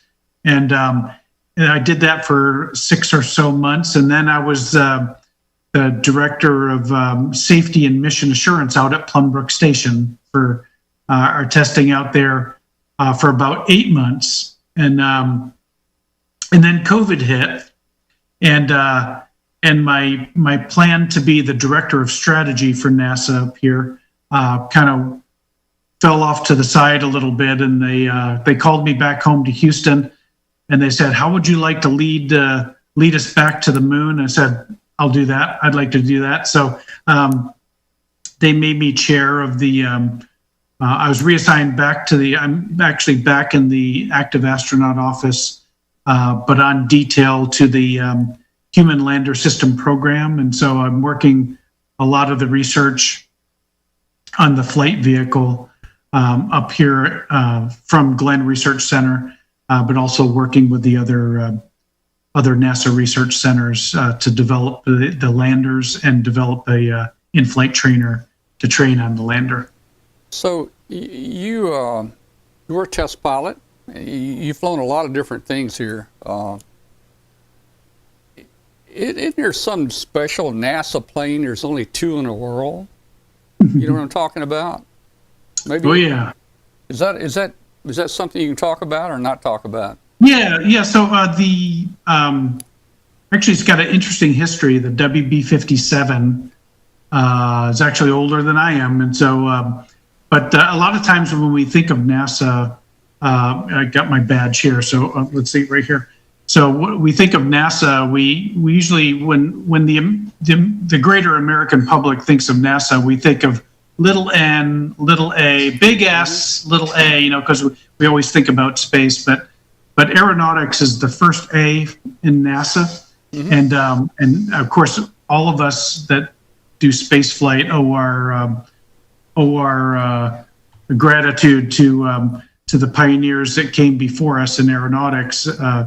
Starting with the early pioneers, and then of course those crazy brothers that had a bicycle shop in Dayton that said like, one day we're going to fly like birds, and everybody laughed them off out of the room, and here we are, and so I got a chance to fly when I came back from space in 2010. I was still active duty in the military as a test pilot in both fixed and rotary wing. And so I was grounded because my eyes were damaged from the long duration flight, from radiation and some other issues that were on board.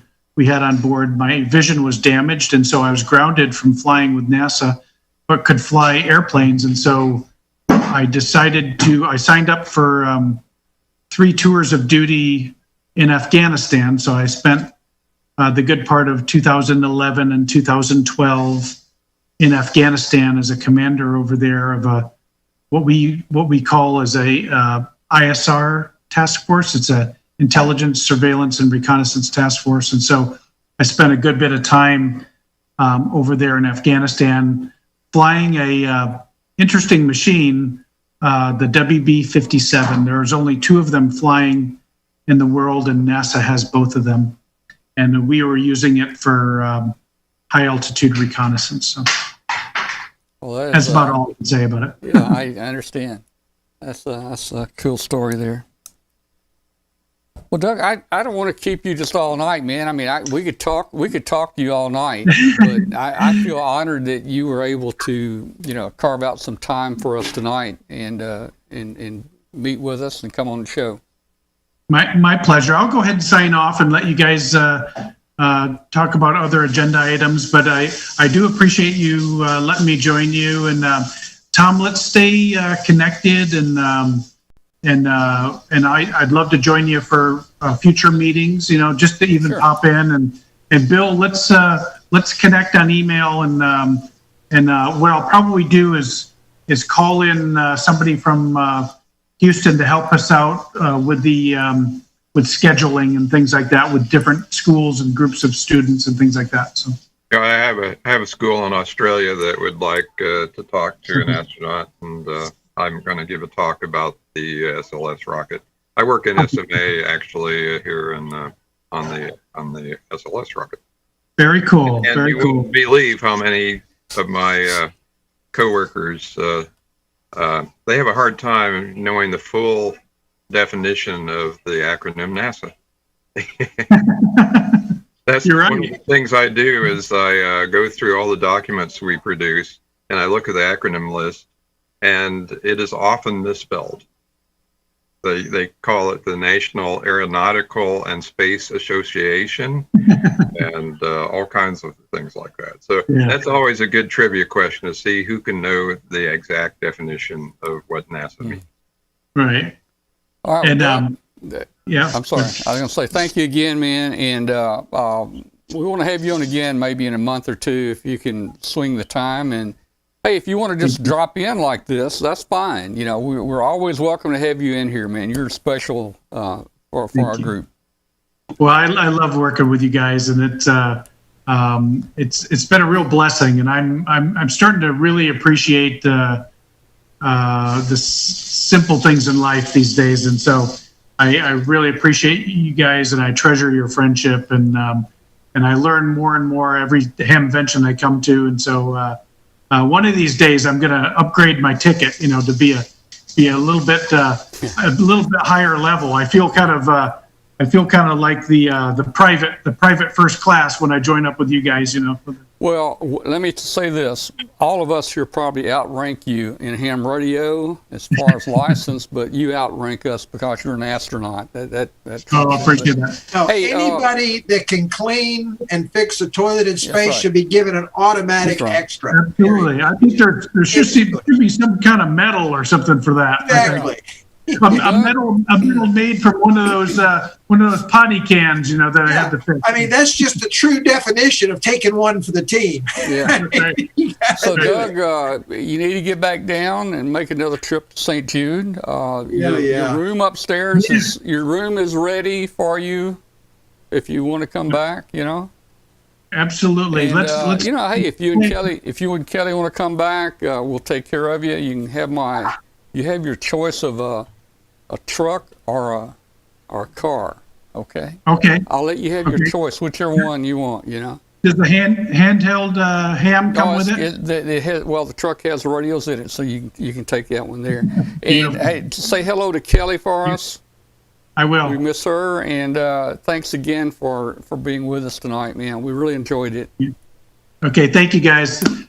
Please, everyone stay safe, healthy, and happy, and we'll talk soon. Okay, thank you. 73 right. Doug, great to meet you. Take care, Doug. On tonight. 73 is you guys. See ya. 73. All right, guys, we've been talking with astronaut Doug Wheelock from NASA, and a great friend of ours, and we've known him for a number of years now, and every time we talk to him, it's just more exciting. It's just the stories, man, it's just unbelievable. It's just fun. You know, he's got so many stories, and he's been through so much. I didn't realize they went through that level of training. Oh, yeah. And golly. Yeah, he'd be a good guy to have in case your appendix burst or something like Well, that. I think he's one step down from MacGyver. I mean, really. That's right. He is a MacGyver. He's a true MacGyver for sure. All right. Well, that was unexpected. Well, it was kind of unexpected. I had been talking to Doug about coming on, but he didn't tell me when he was coming. I didn't get an email back, and he just popped in. Tonight was actually the first night. I said, you know, can you be on tonight? Can you be on next week? And here he was. So I wasn't totally surprised when I saw his name pop up there. You know, it's connecting. We're always glad to have Doug there, and we're going to try. We're going to try to get him down to Huntsville Hamfest. That's a good Hamfest. Oh yeah, that'll be fun. All right, so let's see. We're doing okay, I guess. Alan, you have something special to talk about tonight, I think. Yes. Yeah, special. It's not particularly, you know, as kind of exciting as what Doug was talking about. It's just, you know, got some unfortunate news this morning about a good friend of mine that passed away this morning, became a silent key. Mm-hmm. And we never like to hear that. And but he's one of these guys that I've known for many, many years. And actually, maybe what I'll do, if you don't mind, I'm going to share my Sure. screen here, and I'll put a couple of pictures up here. Let's see. Let's put this guy up here. So this is my friend Drew, W2OU. I've known him for probably as long as I've been a ham. In fact, he was one of the VEs that initially tested me many years ago. So Drew, 73, just a couple of days ago. Really fantastic guy. He's a member of at least 4 or 5 radio clubs that I know of. I'm a member of many of those same clubs. I've known him that long, and he's probably responsible for getting several thousand amateurs licensed, and I'm not kidding about that. If you're a VE and you go to the ARRL website and look up the VEs, and you can look up the number of sessions that they've been in. I think he's number 1 in New Jersey. He's been involved with, and in many cases been the VE coordinator for 449 VE sessions. So he's been, instrumental in getting a lot of people started and upgraded through, in their amateur radio career. So this picture was taken at one of the clubs, W2QW in central New Jersey here, the Raritan Valley Radio Club Hamfest in 2019, which is the last time we've had that Hamfest. I had my little QRP station set up there, which is kind of right behind where this picture was taken. But this was Drew there. There's a picture of Drew here. He was always really proud to be a VE, and in this case, just taking some pictures with folks that got licensed and things like that. He was always willing to do that. Just another really good picture of Drew here, and always willing to help. Fantastic example of a real Elmer. There's Drew's wedding picture. I'm not sure what year he was married, but so I just thought that was kind of a fun picture. Another picture of Drew probably in the last couple of years. And I think this is from one of his a family event here. I just had to have a bunch of pictures of Drew. There's Drew with a couple of his grandsons, and then with his dog. But just a great guy. Like I said, he's a member of several ham clubs, VE coordinator. Almost 450 sessions. Also involved in local community emergency response teams, and also helped coordinate putting together a ham radio classes for those CERT teams and things like that. So really a true Elmer, and really a loss for me personally, and certainly a loss for the hobby as well. But just wanted to kind of at least share and let more people know about Drew. Just a great guy, and we'll all be remembering him and keeping him and his family now in our thoughts. So I just wanted to kind of talk a little bit about that. I know sorry about the bit of a downer after such an exciting session with Doug, but it's just one of those things that happened today that, you want people to kind of think and honor his memory. So I appreciate you letting me do that. No, it's important, and thank you. Yeah. There's been a lot of people affected by the COVID. In fact, we've got a long time here, almost a year, but the last month or 2 or 3 months, we're starting to see it get closer and closer to us. Yeah, more people that we know. Yeah, I don't have the details of why he passed. I don't think it was actually COVID related. Uh-huh. I know he's had some medical issues and things like that, so I don't know whether this. I don't think it was a COVID related thing, but it just happens during this time, in which case, we're not even going to be able to get together, to honor him properly because of that. So yeah, that's true. All right, hey guys, you're listening to Amateur Radio Roundtable, a ham radio show, and you're listening out there on International Shortwave, WBCQ on 7490. It's all about ham radio, amateur radio, and you can join us live on Tuesday nights just by going to w5kub.com, w5kub.com, and clicking on video, or if you just want to go to YouTube, you can go straight to YouTube and just put in W5KUB, and you'll find us on Tuesday nights at 8 p.m. Central, 9 p.m. Eastern. Shoot us an email. Let us know where you are if you're listening out there on shortwave. All right. Well, I had the phone system geared up to open phones tonight, but I don't think we'll do that. We don't have that much more time. And Alan, you had a segment. We can do that next week. Yeah, that'll work Yeah. fine. Yeah, it wasn't anything crazy, so I think Okay. we'll hold it for next time. Would be great. Yeah, and I need to look at my schedule and see. I think we've got somebody else planned for next week. I can't keep up with it. As Kathy and I talk, this is kind of like Friday night for me. You know, I worked hard all day on Friday getting the show together, and then Friday night when it's over, Tuesday night when it's over, it's like Friday night. So we have a joke around here that it's Friday night, and tomorrow is my Saturday. So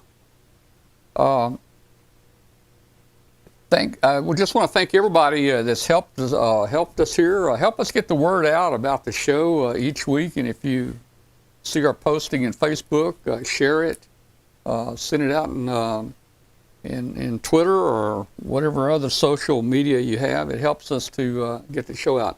Oh, one of the things I need to mention to you, if you haven't subscribed, please subscribe right now. Hit that subscribe button up in the YouTube there. Hit the subscribe button. And if you will, hit the like button. And the like button helps us to get our rankings higher. And if we can get our rankings higher, then YouTube actually takes our show and it places it where more people can see it and find it. So do that. And also, hey, if you want to get notified when we're live, sometimes we have unscheduled live events some evening or afternoon. So hit that little bell, hit the bell next to the subscribe button, and that'll send you a notice when we're live. So we really appreciate you doing that. Carolina says, I love the setup behind you. The setup behind me is actually my workbench. It's actually my workbench, but this is all done by magic. My workbench is actually over there. So I can also get in front of my ham station. There's my ham station right there. I can get behind my ham station. Or hey, a lot of people like this one. Look at this. This is my super station right here.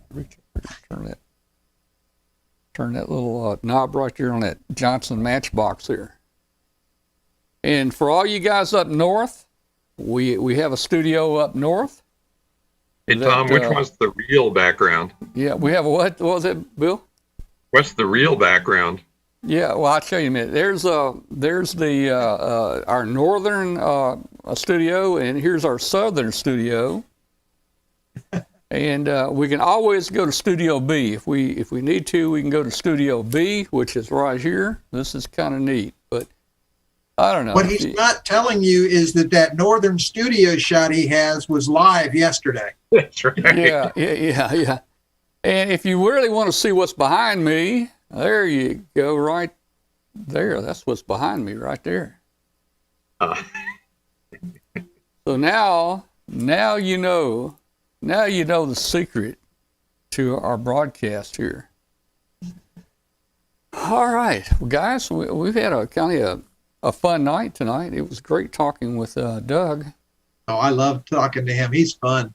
Yeah, that was really a great program. So many interesting stories, and I know you've had him on before, and you've had him on previous programs. So there's probably a lot of stories that he's told that he may not tell again. But I need to go back and watch so I can hear all these stories. These were all new to me. This is the first time I've heard these. And you know the thing. I mean, Doug has actually spent the night here at home, and I've spent a lot of time with Doug, and the stories are just so interesting, and it's just amazing. And when he's signing autographs for people at Hamcation, he's been up there with us I think 8 years now. But when he signs autographs for people, they're in a long line, and a person will ask him a question, and he will answer that question just like it's the first time that someone has ever asked him that question. And so over and over and over, his personality is just outstanding. And He's a great guy. Yeah, he's a lot of fun. Let me show you, I've got a quick video here. I want to show you something that Bill has worked in the firmware code and has helped us get ready for our next launch. We hope to launch our next balloon here in maybe the next week or so. I want you to see this, and Bill, I may not describe it exactly right. There is one error in here. I said the CW was 5 words a minute. I think if you'll look at the chart at the end, you'll see it's 11. I want to run this as about 1.5 minutes. I want to show you guys what we're doing and what you'll be able to do new when you're following the balloon. So here we go. And I don't know if you guys are going to hear it. You guys are probably not going to hear it out there remotely, but the viewers will. So here we go. Here is at minute 1, and you'll see the chart at the end of this video. But minute 1, right now we're on minute 0. But at minute 1, we're going to send a CW ID out, and it's going to be about 5 words per minute. And it's going to be on 14092. So we're getting close to that. After the CWID, about 10 seconds later, we're going to come over here to Whisper, and you'll hear the QRSS CW, very slow, about 1/2 word per minute. Oh, here we go.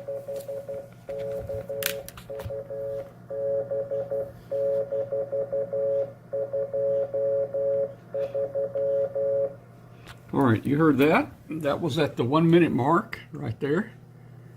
The QRSS should start up. There it is.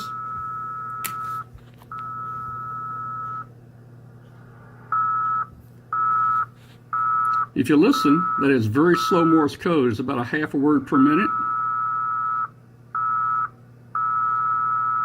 There was a K. That was a U.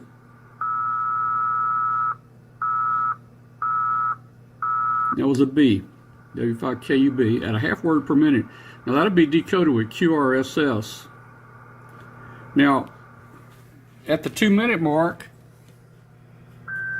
okay, at the 2 minute mark, the Whisper data starts, and it runs at 2 minutes and 4 minutes to give you our regular Whisper data. If you're trying to track this on or copy on Whisper, if you'll uncheck prefer type 1 messages, then you will also not only receive the W5KUB, but you'll also receive the Q call that we're sending out that has the extra data in it. So you can see the Q call, and you can see the W5KUB. So that's kind of what we've got, and it's going to be low power.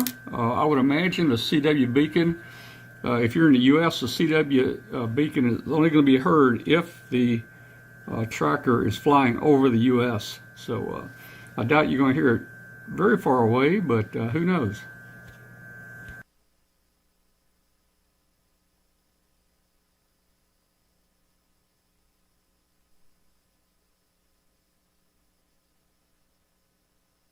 Okay, so that kind of gives you an indication of, you know, kind of a new thing we've added to the balloon there. Bill worked that code in and the QRSS in, and that, by the way, is posted on our Facebook group. If you want to go back and review it again, it's posted on our Facebook group. And Bill, I think we're going to be getting ready for launch soon.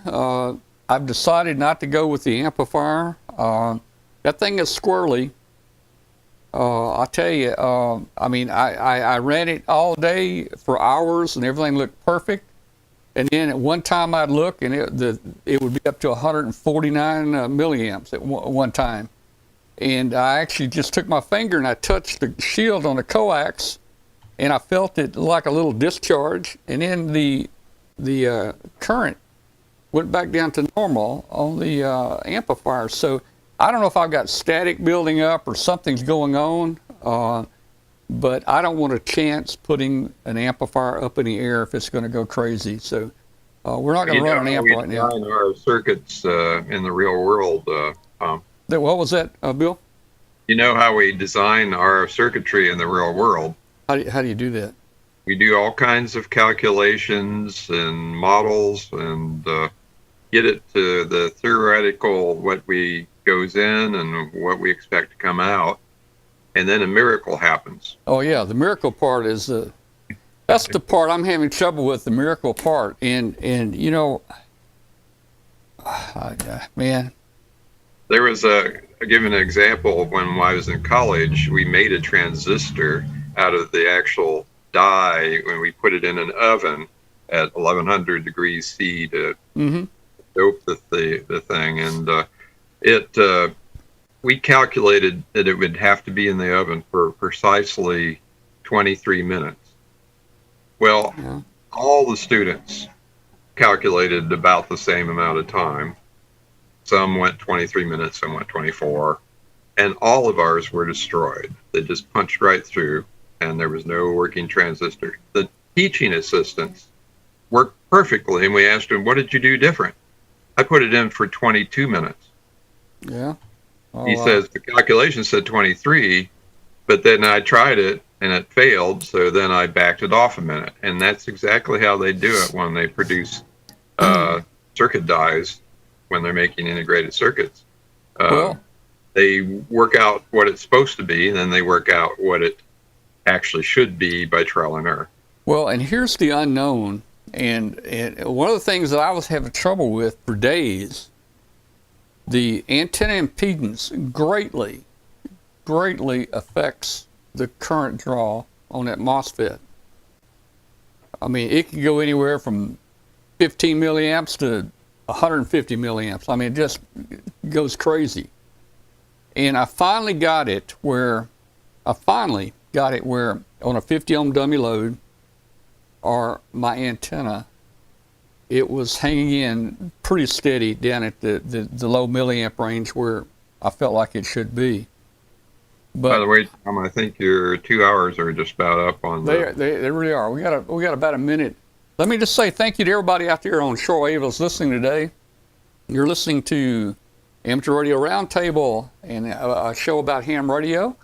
Tune in next week from 5 to 7 p.m. Eastern Time on 7490. You'll hear the next show.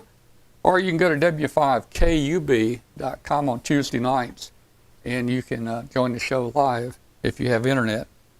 Join our Facebook group. It's just called W5KUB. Join our Facebook group. Send us an email if you're listening to us out there. I'd love to hear from you on shortwave. Thank you. Good night to everybody out there. Okay, so Bill, thank you. The antenna impedance, and it's going to be hard to know what the real antenna impedance is with this sucker up in the air, you know. By the way, your CW speeds are about 11 words per minute for the first one, and it's 2 words a minute for the slow one. Oh, was it? Okay. You know, it's going to be interesting to see if we can hear it. And we'll talk maybe next week. Maybe next week we could talk about the QRSS. If a person wants to actually use the program to copy the QRSS, and that program actually gives you a waterfall, and you can actually see the Morse code in the waterfall. I think, is that right, Bill?